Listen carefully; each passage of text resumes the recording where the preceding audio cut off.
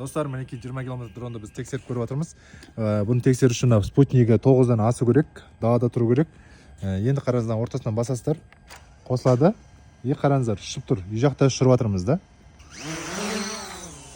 Кішкене осындай уровеньде ұшыратын болсаңыздар, алдыға жүрмейді. Неге? Өйткені сымдар бәрі кедергі болады.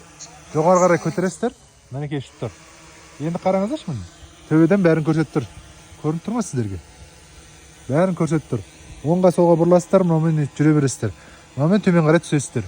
Қараңыздар, домойды басайын ба қазір? Қара. Қара, домойды басайын. Домойды. Өз шүкірт қазір.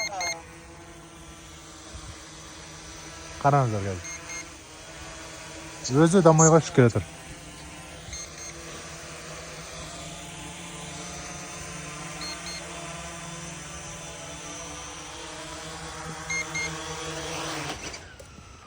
Көрдіңіздер ма?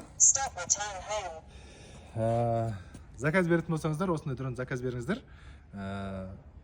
Осындай дрон кез келген мал шаруашылыққа тамаша көмекші болады. Домойда істейді, грузоподъемнигі де бар, камерасы 4К түсіреді, барлық жағдайы жасалған. Өзінің пульті бар, флешка саласыздар, өз аттарыңыз тіркейсіздер, болды жүре бересіздер. Вот.